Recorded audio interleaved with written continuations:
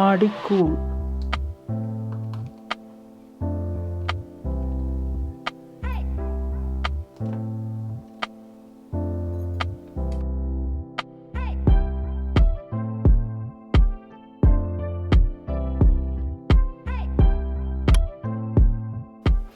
என் இனிய நேயர்கள் அனைவருக்கும் வணக்கம். நான் உங்கள் கௌரி இருப்பேன். நீங்கள் எல்லாம் எப்படி இருக்கிறீங்க? நான் நல்ல சுகமாக இருக்கிறேன். அடிப்புறப்புக்கு நாளை விடுதலை, ஆனந்தம் ஆனந்தம் தோழர்களே. நான் உங்களுக்காக இன்றைக்கு பனங்கட்டி கூழ் எப்படி செய்கிறதுன்றதை செய்து காட்ட போகிறேன். என்னோடய சேனலில் ஆல்ரெடி நான் பனங்கட்டி கூழ் போட்டுட்டேன். இருந்தாலும் உங்களுக்கு தெரியாத நீங்கள் பனங்கட்டி கூழும் ஆடிக்கூழும் ஒன்று தான். இதில் கருப்பணி கூழ் அது கொஞ்சம் வித்தியாசம் இல்லை, அதுவும் சேம் ஒரே மாதிரி தான் செய்வோம். இன்னும் இந்த பனங்கட்டி கூழை இன்னும் எப்படி சுவையாக செய்யலாம்ன்றதை நான் புதுசாக இன்றைக்கு உங்களுக்கு செய்து காட்டுறேன். நிறைய நேர்களை இந்த வீடியோ விரும்பி பார்த்து இந்த ஆடிக்கூழ் எப்படி செய்கிறதுன்றதை செய்திருக்கிறீங்கன்னு சொல்லி எனக்கு கமெண்ட் பண்ணியிருக்கேன். அதோட இன்னொரு விஷயம், இந்த ஆடி மாதம் ஒரு விசேஷமான மாதம் என்று சொல்லணும். ஆடியில் நிறைய நல்ல விஷயங்கள் நடக்கும். ஆடி மாதம் என்று சொன்னால் இந்தியாவில் கூடுதலாக அம்மன் கோயில்கள் எல்லாம் கூழ் ஊற்றுவினோம். நான் இந்தியாவில் இருந்த காலத்தில் அது எல்லாமே எனக்கு ஒரு மெமரி என்று சொல்லணும். ஒரு மறக்க முடியாத சந்தோஷமான தருணங்கள் நிறைய இருக்குது. ரோடு முழுக்க ஸ்பீக்கர் பாடிக்கொண்டே இருக்கும் அம்மன் கோயிலில் கூழ் ஊற்றுறதுன்னு சொல்லி. இந்த குரக்கன் மாவில் கூழ் செய்து ஊற்றுவினோம். நான் லண்டனுக்கு வந்த அப்புறம் அதை நான் குடிக்கல, இந்தியாவில் இருக்கேன் நான் அதை குடிச்சிருக்கிறேன். இப்போயும் அந்த டேஸ்ட் எனக்கு ஒரு தடவை நான் உங்களுக்கு அதை எப்படியாவது செய்து காட்டுறேன். அடுத்தது ஆடி மாதத்தில் இன்னொரு விசேஷம் இருக்குது. என்னென்னு சொன்னால் ஆடி தள்ளுபடி. இந்தியாவிலே எல்லா இடங்கள்லேயும் அலியாக கடைகளுக்குள்ளே நிற்பினோம். என்னென்னு சொன்னால் ஆடி மாதத்தில் தள்ளுபடி. உடுப்புகள் எல்லாம் என்ன சொல்கிறது, 100 ரூபாய் விற்றதை 10 ரூபாய் 20 ரூபாய்க்கெல்லாம் வாங்கலாம். அந்த மாதிரி எல்லாம் பாத்திரத்திலேருந்து உங்களுக்கு என்ன சாமான, ஃப்ரிட்ஜு, ஃப்ரீசர், ஃபேன், எல்லா சாமானையும் ஆடி தள்ளுபடி என்று போடுவினோம். அது ஒரு சூப்பரான அனுபவம். அதே மாதிரி தான் இந்த ஆடிப்பிறப்பு. இது ஒரு சந்தோஷமான தருணம். இலங்கையில் வித்தியாசமாக நாங்கள் எல்லாற்ற வீட்லேயும் ஆடிப்பிறப்பு செய்வோம். ஏன் இந்த ஆடிப்பிறப்பு செய்கிறது?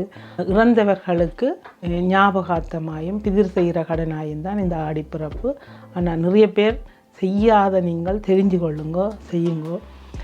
எங்களுடைய அம்மா இந்த ஆடிப்பிறப்பை செய்வா. அதை நினைவூட்டி நான் எப்பயுமே இந்த ஆடிப்பிறப்பு நான் செய்வேன். அந்த விதத்தில் இன்றைக்கு உங்களுக்காக நான் இந்த ஆடிக்கூழை செய்து காட்ட போகிறேன். இப்போ நான் உங்களுக்காக இந்த ஆடிக்கூழை வித்தியாசமான முறையில் செய்யலாம். வாங்க பார்க்கலாம். முதல்ல தேங்காயை கழுவிட்டு தேங்காயை உடைச்சி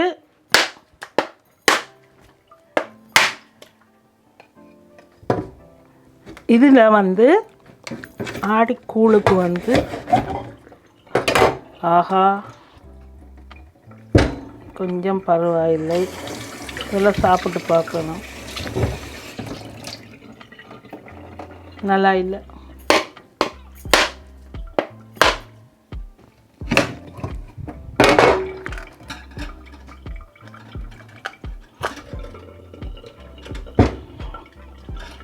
ரெண்டு தேங்காயும் கூடாத தேங்காய்.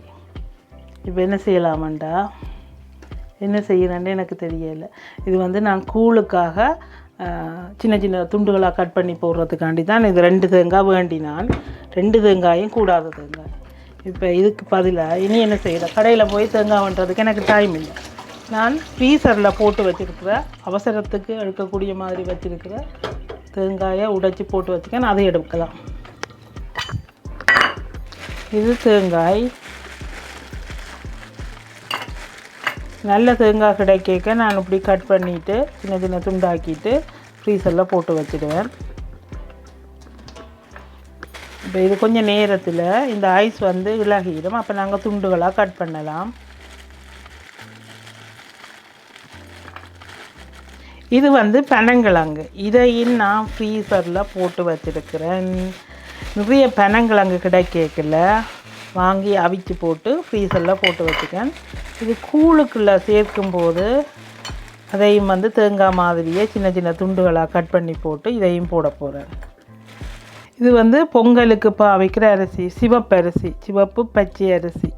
இந்த சிவப்பு பச்சை அரிசியை நல்லா கழுவிட்டு தண்ணியில் ஒரு 2 மணித்தியாலம் ஊற போடலாம்.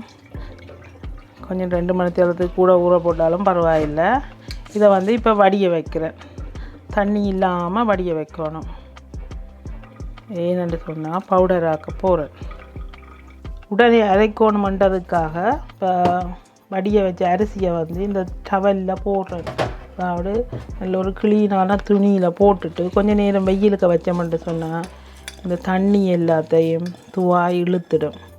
இப்போ நாங்கள் வந்து ஈஸியாக அரைச்சிடலாம்.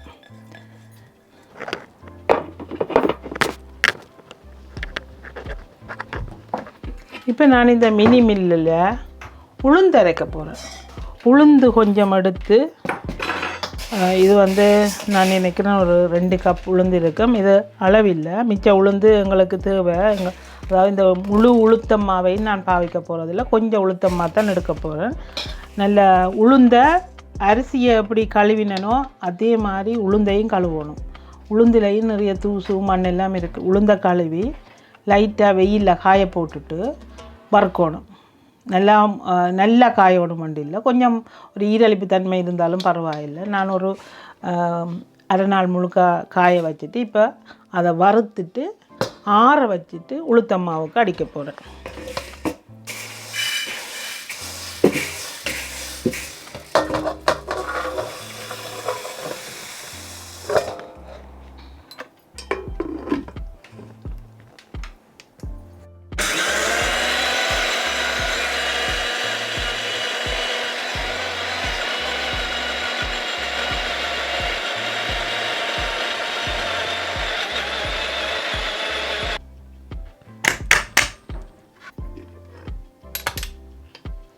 உளுத்தம்மா சூப்பராக அடிபட்டுட்டது.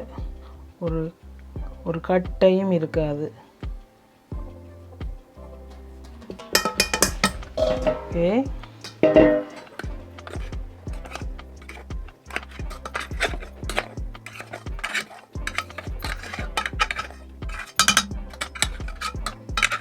நான் ஃப்ரீசரில் இருந்து எடுத்து போட்ட தேங்காயை கட் பண்ண போகிறேன். சின்ன சின்ன தேங்காய் சொட்டுக்களாக கட் பண்ண போகிறோம், குட்டி குட்டியாக.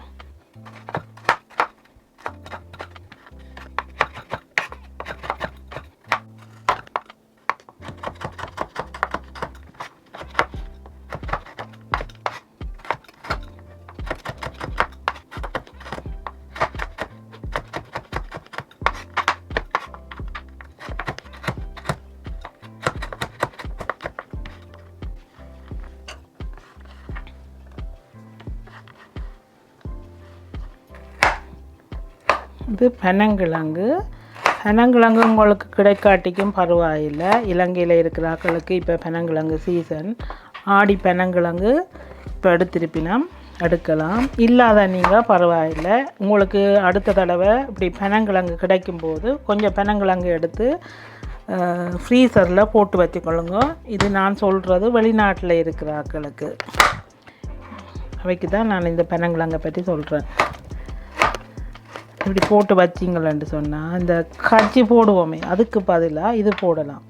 ஆனால் ஆடிக்கூழுக்கு கஜ்ஜி போடுறதில்லை. இந்த பனங்கட்டி கூழுக்கு கருப்பணி கூழுக்கு இதை சேர்த்து போட்டு பாருங்கள், இவ்வளோ நல்லா இருக்குதுன்னு சொல்லி.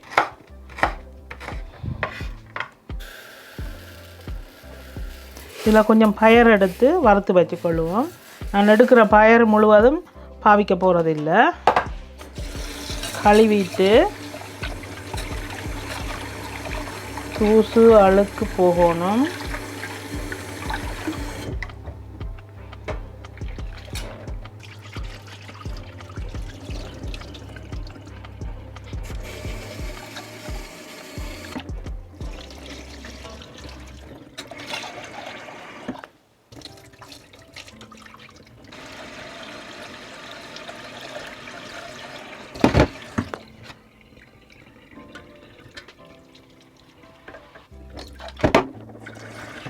இப்போ பாருங்கள், அரிசியை வந்து கழுவி தண்ணியை உலர வச்சு கொஞ்ச நேரம் வெயிலில் போட்டு எடுத்துனேன். நான் போட்டது ஒரு 15 நிமிஷத்தில் தண்ணி எல்லாம் இந்த துவாய் எடுத்துடும். இப்போ இனி நாங்கள் ஈஸியாக அரைக்கலாம். பவுடர் ஆக்க போகிறேன்.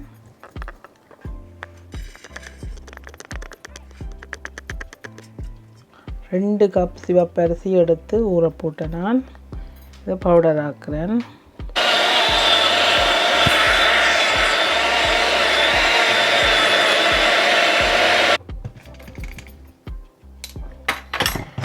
அரிசிமா ரெடி. இதில் கட்டியே வராது, அந்த மாதிரி இருக்கும். வேண்டாலும் உங்களுக்காக நான் அரிச்சு காட்ட போகிறேன். உளுத்த மாவை வந்து அரிக்க தேவையில்லை. ஏன்னு சொன்னால் அது வந்து இப்படி கட்டியாக வராது. அரிசி மாவு வந்து இப்படி கட்டி கட்டியாக இருக்கிற மாதிரி இருக்குது, அதனால் அரிக்கணும். அடுத்தது உளுத்த மாவில் குறுநல் வந்தாலும் அது பரவாயில்லை, அப்படியே போடலாம். அரிசி மாவில் குறுநல் இருந்தால் நாங்கள் இடியப்பத்துக்கோ புட்டுக்கு ஓகேயாக இருக்கும், இடியப்பத்துக்கு சரி வராது.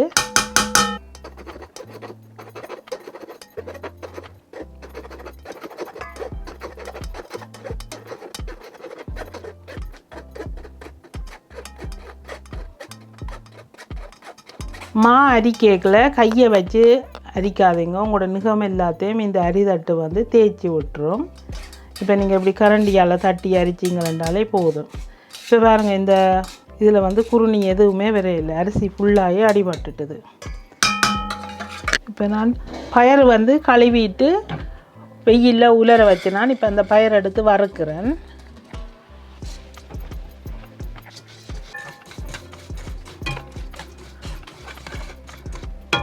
இது வந்து உடைச்ச பயரை கழுவி உலர வச்சுட்டு கொஞ்சம் நேரம் வெயிலில் காய வடித்து எடுத்து வறுக்கிறேன்.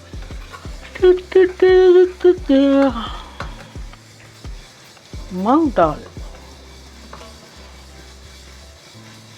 இந்த ஆடிப்பிறப்புக்கு இந்த பயறு வந்து முக்கிய பங்கு வகிக்கிறது. கொழுக்கட்டை செய்கிறதுக்கு, கூழுக்கு. அப்போ அந்த பயறு நல்ல பொன்னிறமாக வறுபட்டுட்டது. இனி இது அப்படியே இறக்கி ஆற வைக்கலாம். பாருங்க, இவ்வளவு வடிவாக நல்ல பொன்னிறமாக வறுபட்டுட்டது. கைவிடாமல் இப்படி கிளறி கொண்டு இருந்தால் நல்ல பொன்னிறமாக வறுத்துடலாம். ஐயோ, செம்ம சூடு சுடு. இது அப்படியே இன்னொரு பாத்திரத்தில் மாற்றி விட்டால்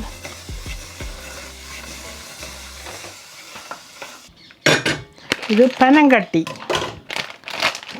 குட்டான். பனங்கட்டி குட்டானை எடுத்து ஓப்பன் பண்ண நல்லா வாசம் அடிக்க இருந்தால் தான் அந்த பனங்கட்டி நல்லா இருக்கு. சுமாராக பரவாயில்லை.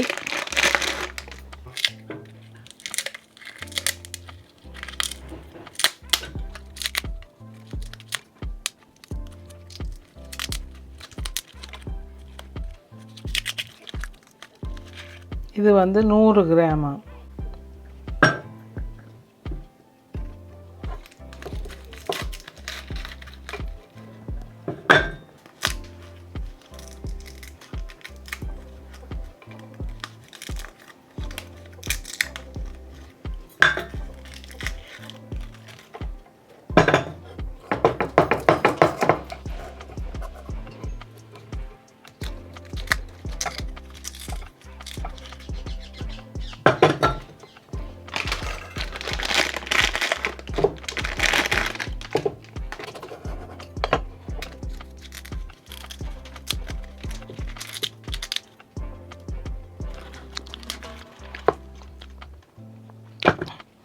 இந்த பனங்கட்டியை கரைய வைக்கணும். கரைச்சிட்டு தான் எடுக்க போகிறேன். அதுக்கு இதில் வந்து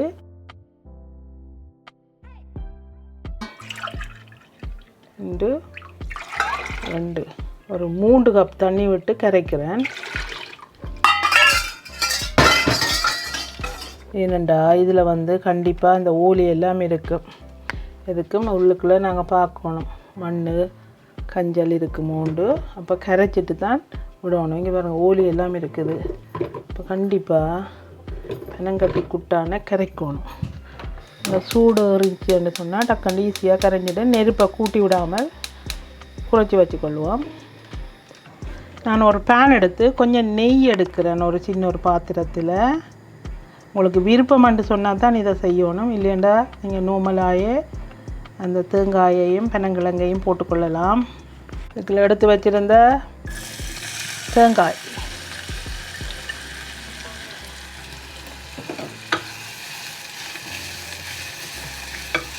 பனங்கிழங்கு. இந்த பனங்கிழங்கு வந்து எப்படி நீங்கள் என்ன செய்தாலும் கரையாது, அப்படியே முழுசாயே இருக்கும். நீங்கள் வெட்டி போட்ட மாதிரியே இருக்கும்.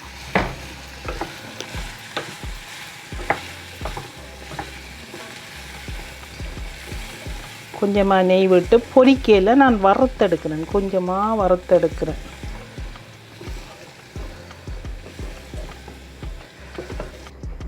இப்போ இந்த கரைச்ச பனங்கட்டியை வடித்து இன்னொரு பாத்திரத்துக்குள்ளே ஊற்றுறேன். அதில் தான் நான் வந்து கூழை செய்ய போகிறேன்.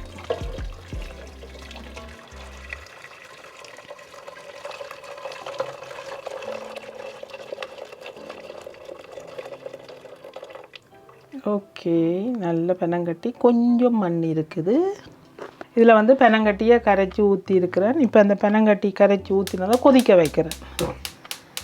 இந்த பனங்கட்டி கொதிக்கிற பனங்கட்டிக்குள்ளே, அதாவது பனங்கட்டி தண்ணி நாங்கள் கரைச்சி வச்சுனாங்க, அதுக்குள்ளே வந்து ஒரு கொஞ்சம் பயர் எடுத்து வறுத்த பயரை அதுக்கு போட்டு விட்றேன். கணக்கு தேவையில் ஒரு கொஞ்சம் போட்டால் காணும். ஒரு சின்ன ஒரு பாத்திரம் எடுத்து இப்போ தேங்காய் பால் எடுத்துருக்கிறேன். 400 மில்லிலிட்டர் தேங்காய் பாலில் 2 எடுத்துருக்கிறேன். இப்போ 2ல் 800 கிராம், 800 மில்லிலிட்டர். ஓகே, இதை இன்னொரு பாத்திரத்தில் ஊற்றிட்டு, ஓகே, இதுக்குள்ளே 1 கப்பு தண்ணி எடுக்கணும். தண்ணி எடுத்து மிக்ஸ் பண்ணி ஊற்ற போகிறேன். கொஞ்சம் சுடு தண்ணி எடுத்து இந்த டின்னை கழுவி ஊற்றி இதுக்குள்ளே ஊற்றுறேன். எடுத்த தேங்காய் பாலுக்குள்ளேயே ஊற்றுறேன். இப்போ குளிர் தண்ணி, பச்சை தண்ணி வந்து 1 டின் எடுக்கிறேன். 1 டின் எடுத்து தேங்காய் பாலோட ஊற்றி வச்சுக்கொள்ளுவோம். அரிசி மா, இப்போ நாங்கள் ஊற வச்சு அரைச்ச அரிசி மாவில் இருந்து 1.5 கப் அரிசி மா எடுத்துருக்கிறேன். உளுத்தம்மா ஒரு 2 கரண்டி, 2 மேசைக்கரண்டி உளுத்தம்மா. எல்லாத்தையும் போட்டு நல்லா கரைச்சி வச்சுக்கொள்ளுவோம். தேங்காய் பாலோட சேர்த்து கரைச்சி வச்சுக்கொள்ளணும். கட்டி இல்லாமல் கரைக்கணும். நல்லா கரைச்சிட்டு இப்போ இந்த பனங்கட்டி தண்ணி வந்து கொதிக்க தொடங்கிட்டுது. இப்போ அதுக்குள்ளே இந்த மாவை அதுக்கு ஊற்ற போகிறேன். ஊற்றி கரைச்சோம்னு சொன்னால் பனங்கட்டி கூழ். ஆனால் கொஞ்சம் தண்ணி நிறைய சேர்த்து மிக்ஸ் பண்ணணுமே என்னென்னு சொன்னால், இந்த தேங்காய் பால் வந்து டின்னில் இருந்த வந்த தேங்காய் பால், அப்போ அது வந்து நல்லா கொஞ்சம் கொதிக்கணும். அதனால் அடுத்தது இந்த பாருங்கள், இந்த உளுத்தம்மா வந்து இது ஈஸியாக கரையாது. அதனால் நல்லா அடித்து கரைக்கணும். காணாத்துக்கு கொஞ்சம் சுடு தண்ணியை விட்டு மிக்ஸ் பண்ணி ஊற்ற போகிறேன்.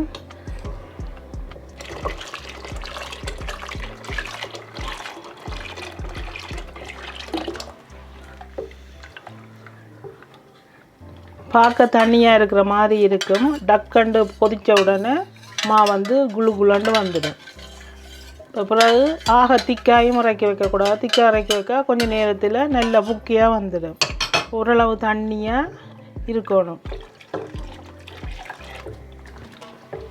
இப்போ நல்லா சூடு, இந்த பனங்கட்டி இதில் நல்லா சூடு பிடிக்க இந்த கட்டி கட்டியாக இருக்கிற மாவெல்லாம் கரைஞ்சிடும். மற்றது சும்மா கையை விடாமல் கிளறி கொண்டிருக்கணும். கை விட்டோம்னு சொன்னால் கீழே அடி பிடிச்சிடும். இதுக்கு உப்பு போட தேவையில்லை. ஏன்னு சொன்னால் இந்த பனங்கட்டியில் உப்பு தன்மை இருக்குது. அடுத்தது பார்த்திங்களேன்னு சொன்னால் நான் பனங்கிழங்கு சேர்த்துருக்கிறேன். அந்த பனங்கிழங்கு உப்பு போட்டு வச்சேன். நான் அதுலேயும் உப்பு இருக்குது. அதனால் நான் உப்பு சேர்க்கையில் உங்களுக்கு வேணுமென்று சொன்னால் ஒரு சொட்டு உப்பு வேணுமெண்டா உங்களோட டேஸ்ட்டுக்காக போட்டுக்கொள்ளலாம். ஆனால் எனக்கு தேவையில்லை.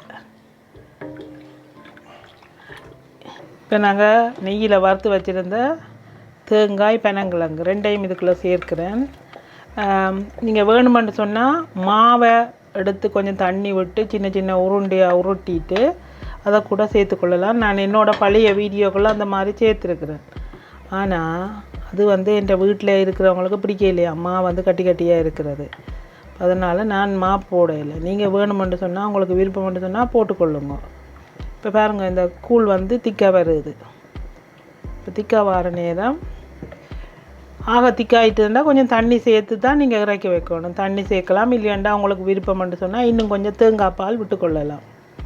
ஆனால் நான் எடுத்ததுக்கு இந்த 800 மில்லிலிட்டர் தேங்காய் பாலே போதும். ஆடி கூழ் ரெடி.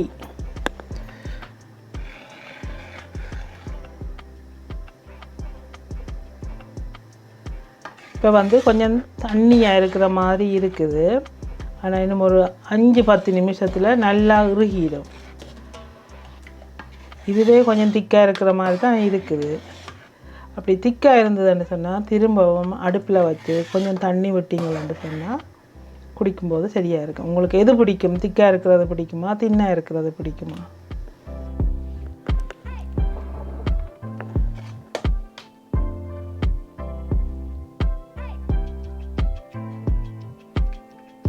ஆடிக்கூழ்